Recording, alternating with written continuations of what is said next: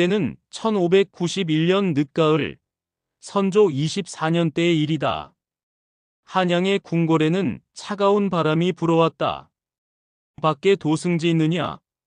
지금 즉시 김성일과 황윤기를 들라하라. 선조의 명이 떨어지자 궁궐은 술렁였다. 옆나라 외에서 들려오는 소식이 심상치 않았기 때문이다. 도요토미 히데요시가 일본을 통일하고 난 뒤 조선에 조공을 요구하는 사신을 보낸 것이 벌써 몇 차례였다. 동인 김성일은 경상도 의성 출신으로 문과에 급제한 뒤 여러 관직을 거쳐온 신중한 성품의 관리였다. 반면 서인 황윤길은 경기도 출신으로 뛰어난 문제와 날카로운 판단으로 이름난 인물이었다. 이번 임무가 범상치 않다는 생각이 드는구만 그려. 김성일이 입궐하면서 서인 황윤길에게 말했다. 단풍잎이 바람에 흩날리는 가을날이었다. 전하께서 직접 우리를 부르신다는 것은 그만큼 중요한 일이라는 뜻일 거라 생각돼요. 황윤길은 깊게 생각에 잠겨 있었다. 외국의 움직임이 심상치 않다는 소문은 이미 조정에 파다했다. 어전에 나아간 두 사람은 선조 앞에 엎드렸다. 신 김성일, 황윤길 전하를 배웁니다. 일어나거라. 짐이 너희를 부른 이유를 아느냐? 선조의 목소리에는 근심이 묻어 있었다. 아래옵기 황송하오나 옆나라 외놈들의 동향을 살피는 일이 아닌지 짐작하옵니다. 황윤길이 조심스럽게 답했다. 그래 잘 보았다. 지금 도요돔이라는 자가 조선을 명국 정벌의 길목으로 삼으려 한다는 소문이 들려온다. 너희는 통신사의 명목으로 외국에 가서 그들의 진짜 속셈을 알아오거라. 명을 받들겠사옵니다. 두 사람은 동시에 답했지만 마음속으로는 서로 다른 생각을 품고 있었다. 김성일은 왜가 감히 조선을 침범할 리 없다고 생각했고 황윤길은 그들의 야심을 경계해야 한다고 믿었다. 엿새 뒤 두 사람은 부산 동래포에서 배에 올랐다. 거센 파도를 가르며 대마도를 거쳐 일본 땅에 발을 디딘 것은 10월 중순이었다. 일본의 첫 인상은 예상과 달랐다. 거리마다 무사들이 활보하고 성곽 공사가 한창이었다. 특히 나고야성 일대는 마치 전쟁을 준비하는 듯한 분위기였다. 이보게 저것을 보게. 저 많은 무사들과 성곽 공사를 보면 심상치 않지 않나? 김성일이 속삭였다. 하지만 우리를 극진히 대접하는 것을 보면 적대적 의도는 없는 것 같소. 황윤길의 답변에 김성일은 고개를 저었다. 왜 겉과 속이 다르다는 것을 직감하고 있었던 것이다. 도요토미 히데요시를 만난 날은 더욱 충격적이었다. 작은 체구의 사내였지만 그의 눈빛에는 무서운 야망이 서려 있었다. 조선의 사신들이여, 나는 명국을 정벌하여 우리의 위세를 떨치고자 한다. 그러니 조선은 우리의 길을 터주기만 하면 된다. 통역관이 전하는 히데요시의 말에 두 사람은 얼굴이 굳어졌다. 그 뜻이 무엇인지 알겠사옵니다만 이는 우리 임금님께서 결정하실 일이오니. 김성일이 조심스럽게 답했다. 그렇다면 빨리 답을 가져와라. 나의 인내심에는 한계가 있다. 히데요시의 말에는 위협이 담겨 있었다. 숙소로 돌아온 두 사람은 깊은 고민에 빠졌다. 통신사 행렬을 지나오면서 곳곳에서 본 군사적 준비 상황이 머릿속을 떠나지 않았다. 이복의 윤길, 정말 저들이 우리를 침범할 것이라고 생각하는가? 내가 본 바로는 그들은 이미 전쟁을 결심한 것 같소. 저 수많은 군사들과 무기들을 보았지 않소? 밤이 깊어갈수록 두 사람의 생각은 더욱 엇갈렸다. 조선의 운명이 걸린 중대한 판단의 순간이 다가오고 있었다.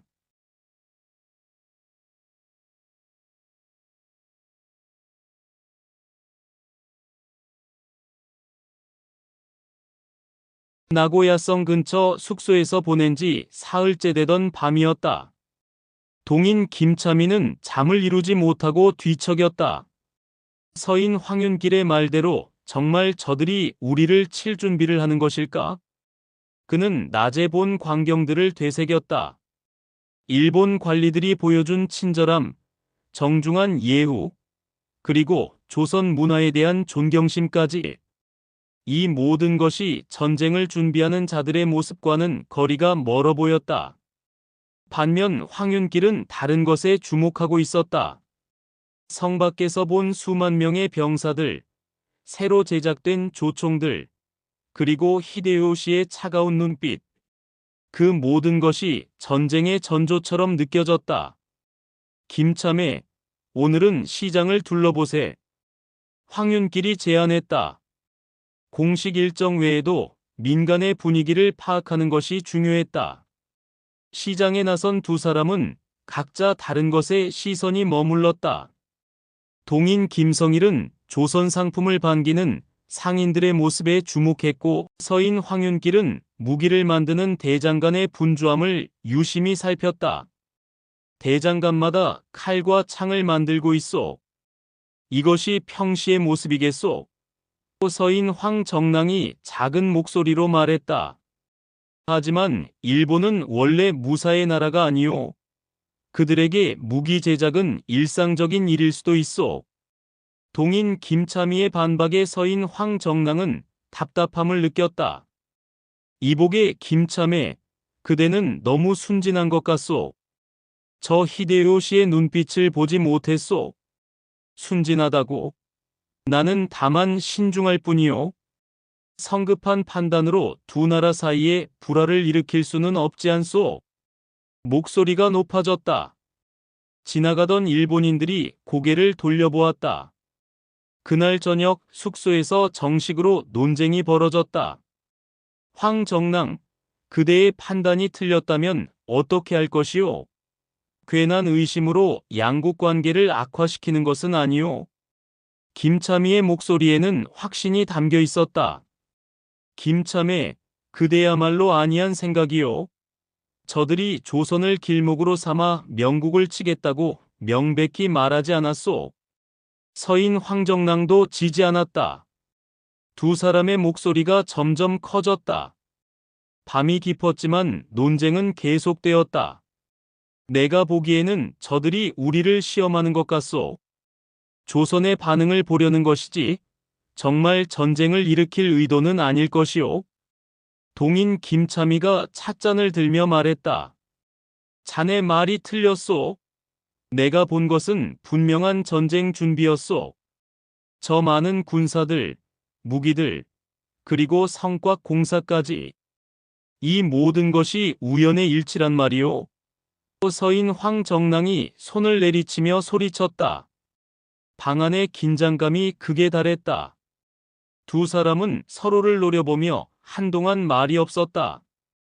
이복에, 황정랑, 그렇다면 우리가 돌아가서 전하께 무엇이라 아랠 것이오? 사실대로 아뢰야 하오. 외국이 전쟁을 준비하고 있다고. 나는 그럴 수 없소. 확실하지 않은 추측으로 나라를 혼란에 빠뜨릴 수는 없소. 결국 두 사람은 서로 다른 결론에 도달했다.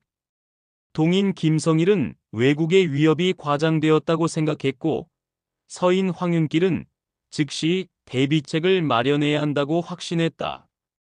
다음 날 아침, 어색한 침묵 속에서 아침 식사를 하던 중 일본 관리가 찾아왔다.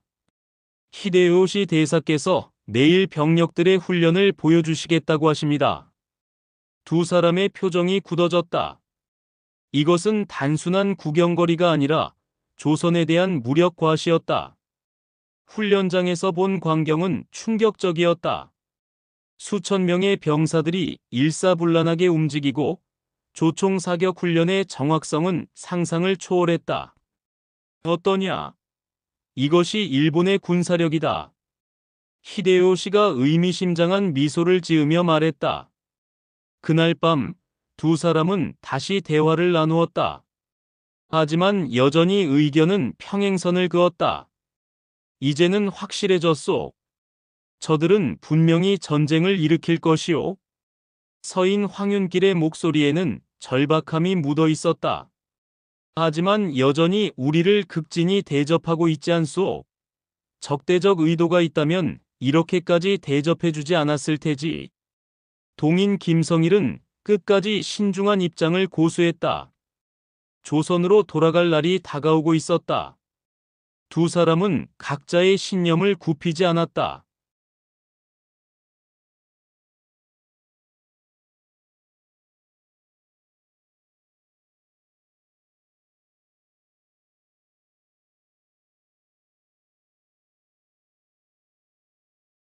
동인 김성일과 서인 황윤길이 한양으로 돌아온 것은 1591년 12월 초였다. 겨울바람이 매서운 날이었다. 선조는 두 통신사의 귀환 소식을 듣고 즉시 어전 회의를 소집했다. 조정 대신들도 모두 참석했다. 왜국의 진짜 의도를 파악하는 것이 시급했다. 신 김성일, 황윤길 통신사 임무를 수행하고 돌아왔습니다. 두 사람은 어전에 엎드렸다. 선조의 얼굴에는 근심이 깊게 패여 있었다. 수고 많았다. 왜국의 사정이 어떠하더냐? 선조의 질문에 두 사람은 동시에 입을 열려다 멈췄다. 시선이 마주쳤지만 각자 다른 생각을 품고 있음을 알 수 있었다. 황윤길이 먼저 아래거라.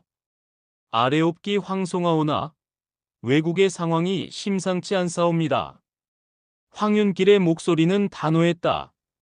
어찌 심상치 않다는 것이냐? 도요토미 히데요시라는 자가 일본을 통일한 뒤 명국 정벌의 야심을 품고 있사옵니다. 조선을 길목으로 삼겠다고 명백히 밝혔으며 곳곳에서 전쟁 준비를 하고 있음을 목격하였사옵니다. 조정이 술렁였다. 대신들의 얼굴에 긴장감이 돌았다. 그 말이 정녕 참이냐? 증거는 무엇이냐? 신이 직접 본 바로는 나고야성 일대에 수만의 군사가 집결해 있고 무기 제작도 한창이었사옵니다. 또한 군사훈련을 시연하여 우리에게 무력을 과시하기도 하였사옵니다. 선조의 얼굴이 어두워졌다. 김성일은 어떻게 보았느냐? 아래옵기 황송하오나 황윤길의 판단이 다소 과하다고 생각하옵니다. 김성일의 말에 조정이 다시 술렁였다. 과하다는 것이 무슨 뜻이냐? 왜국에서 우리를 극진히 대접하였고 조선 문화에 대한 존경심도 보였사옵니다. 비록 군사력을 과시하기는 하였으나 이는 자신들의 힘을 보여주려는 허세에 가깝다고 여겨지옵니다. 그렇다면 전쟁 위험은 없다고 보느냐? 또 즉시 침입할 가능성은 희박하다고 봅니다. 다만 지속적인 관찰은 필요할 것 같사옵니다. 황윤길이 못 견디겠다는 듯 나섰다. 전하, 신의 판단으로는 저들이 이미 전쟁을 결심한 상태입니다. 지금 당장 대비책을 마련하지 않으면 황윤길, 그대의 추측일 뿐이요. 김성일이 끼어들었다. 추측이 아니오. 내가 본 것은 분명한 현실이었소. 어전에서 두 신하가 언성을 높이자 선조가 손을 들어 제지했다. 조용히 하거라. 짐이 판단하겠다. 선조는 깊은 고민에 빠졌다. 두 신하의 보고가 정반대였다. 어느 쪽을 믿어야 할지 결정하기 어려웠다.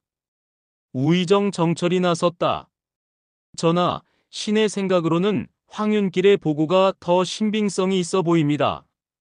만일의 경우를 대비하는 것이 좋겠습니다. 반면 좌의정 유성룡은 다른 의견을 냈다. 성급한 군비 증강은 백성들에게 부담을 줄 것입니다. 좀 더 신중하게 판단해야 할 것 같습니다. 조정이 두 파로 나뉘어 논쟁이 벌어졌다. 어떤 대신은 즉시 국방을 강화해야 한다고 주장했고 어떤 대신은 외교적 해결을 모색해야 한다고 말했다. 김성일, 그대는 정말 왜국이 우리를 치지 않을 것이라고 확신하느냐? 선조의 재차 질문에 김성일은 잠시 망설였다. 전하, 신이 본 바로는 그들이 우리와 적대 관계를 원하지 않는 것 같사옵니다. 다만 무엇이냐? 혹시 모를 일에 대비는 해야겠지만 과도한 경계심으로 양국 관계를 악화시키는 것은 좋지 않다고 봅니다. 황윤길이 다시 나섰다. 전하, 저들의 준비 상황을 보면 이미 침입 시기를 정해놓은 것 같습니다. 늦어도 내년 봄에는 움직일 것으로 보입니다. 근거가 있느냐? 군사들의 훈련 상황과 무기 제작 규모를 볼 때 그렇습니다. 또한 조선에 대한 지형 정보를 수집하고 있음도 확인했습니다. 선조는 두 손을 깍지 끼고 깊은 생각에 잠겼다. 나라의 운명이 걸린 중대한 결정이었다. 짐이 결정하겠다. 우선 국경 지역의 경계를 강화하되 과도한 군비 증강은 피하도록 하겠다. 이는 두 의견의 절충안이었지만 황윤길은 여전히 불안했다. 어전 회의가 끝난 후 두 사람은 궁궐뜰에서 마주쳤다. 성일, 정말 후회하지 않겠소? 윤길, 나 역시 확신하는 것은 아니오. 하지만 신중해야 한다고 생각하오. 겨울 해가 서산으로 기울고 있었다. 두 사람의 그림자가 길게 드리워진 궁궐뜰에는 불길한 정적만이 흘렀다.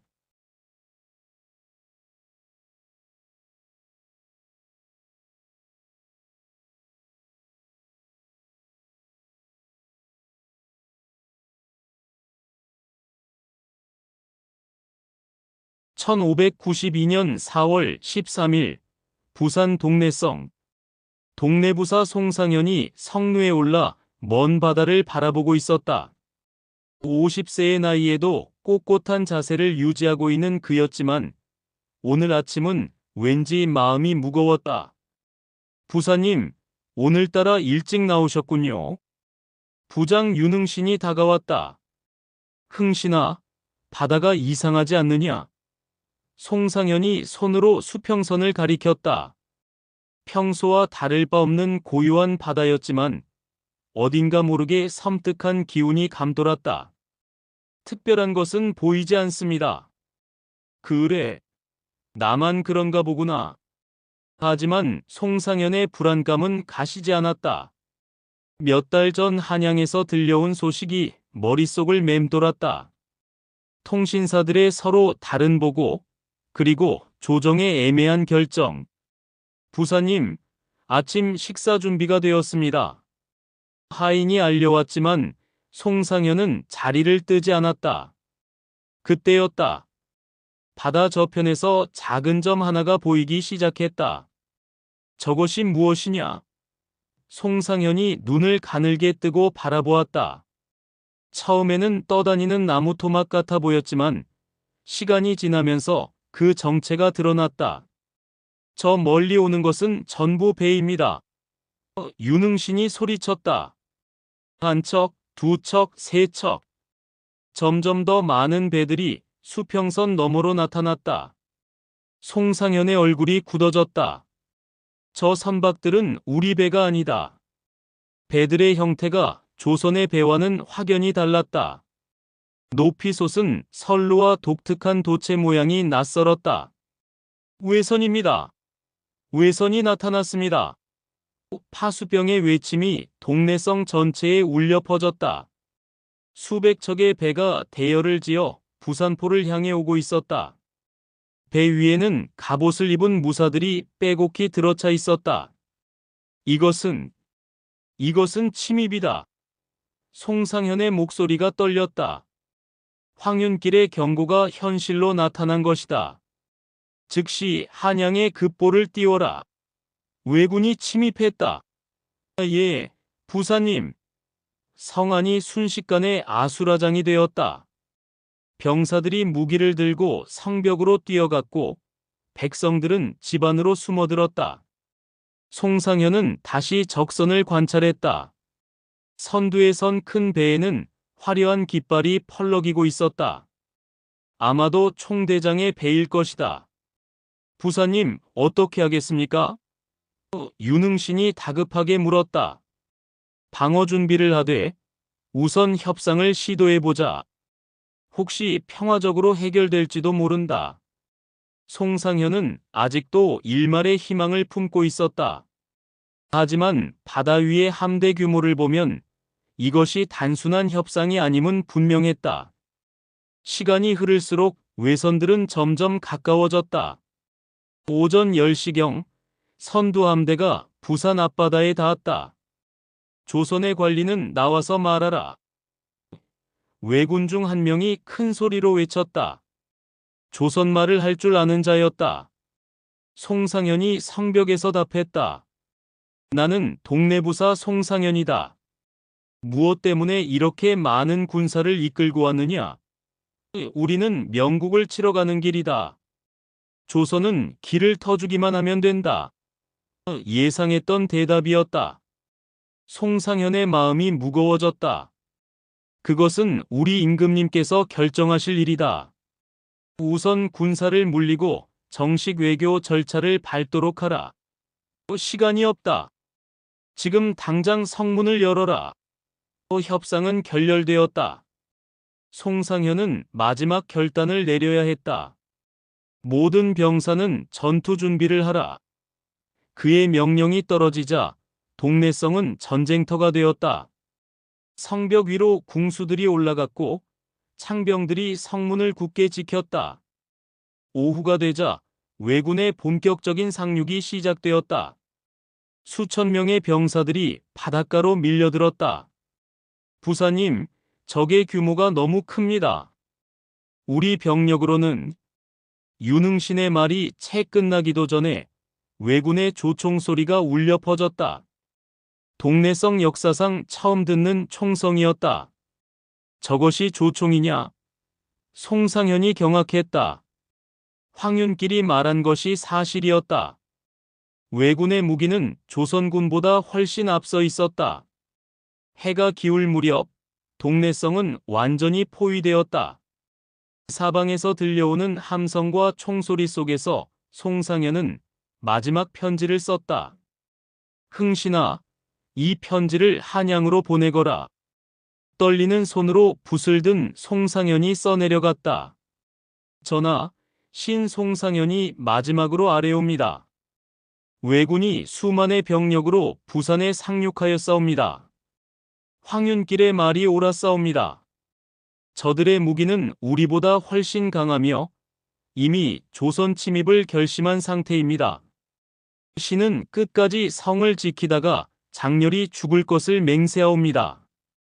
편지를 다 쓴 송상현이 윤흥신에게 건넸다. 부사님, 가거라. 이것이 나의 마지막 명령이다. 윤흥신이 몰래 성을 빠져나간 후 송상현은 다시 성루에 올라 왜군을 내려다보았다. 횃불을 든 수천 명의 적군이 성 아래 가득했다. 조선의 부사여, 마지막으로 묻는다. 성문을 열 것이냐? 외장이 큰 소리로 외쳤다. 송상현이 성벽에서 답했다. 나는 조선의 신하 송상현이다. 죽을 수는 있어도 항복할 수는 없다. 그의 목소리가 밤 공기를 갈랐다. 그렇다면 모두 죽여라. 외장의 명령과 함께 총 공격이 시작되었다. 조총 소리와 함성이 뒤섞인 가운데 송상현은 마지막까지 칼을 들고 싸웠다. 그의 마음속에는 후회가 스쳤다. 김성일과 황윤길, 누구의 말이 옳았던가? 이제 와서 생각해보니 황윤길의 경고를 더 심각하게 받아들였어야 했다. 동래성이 함락된 것은 4월 15일 새벽이었다. 조선 땅에 왜군의 발톱이 처음 박힌 순간이었다. 같은 시각 한양 궁궐에서는 선조가 잠 못 이루는 밤을 보내고 있었다. 며칠 전부터 남쪽에서 이상한 소문들이 들려오고 있었다.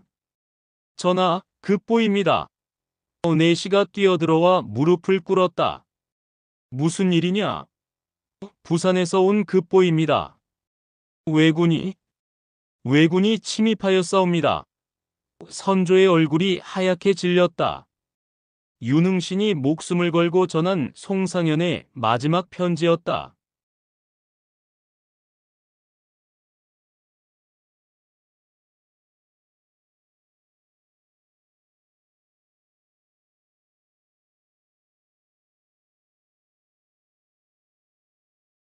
즉시 조정을 소집하라. 궁궐이 발칵 뒤집혔다. 한밤중에 모인 대신들의 얼굴에는 경악이 서려 있었다. 황윤길과 김성희를 당장 부르거라. 두 사람이 급히 궁궐로 달려왔다.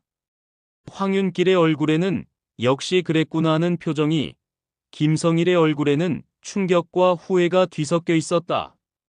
그대의 말이 옳았다. 선조의 말에 황윤길은 무릎을 꿇었다. 전하, 이제라도 늦지 않았사옵니다. 즉시 전국에 조치를 내리십시오. 성일은 어떻게 생각하느냐? 김성일은 고개를 들지 못했다. 신의 판단이 틀렸사옵니다. 황송하옵니다. 그의 목소리는 떨리고 있었다. 밖에서는 이미 봉화가 타오르기 시작했다. 임진왜란이 시작된 것이다. 부산포 바닷가에는 아직도 외선들이 계속 도착하고 있었다. 검은 그림자처럼 조선 땅을 덮어가는 전쟁의 먹구름이었다. 동래성 성루에서 바라본 그 첫 번째 외선이 7년간 이어질 긴 전쟁의 시작이었다는 것을 그때는 아무도 알지 못했다. 그날 밤 조선의 하늘에는 별이 보이지 않았다.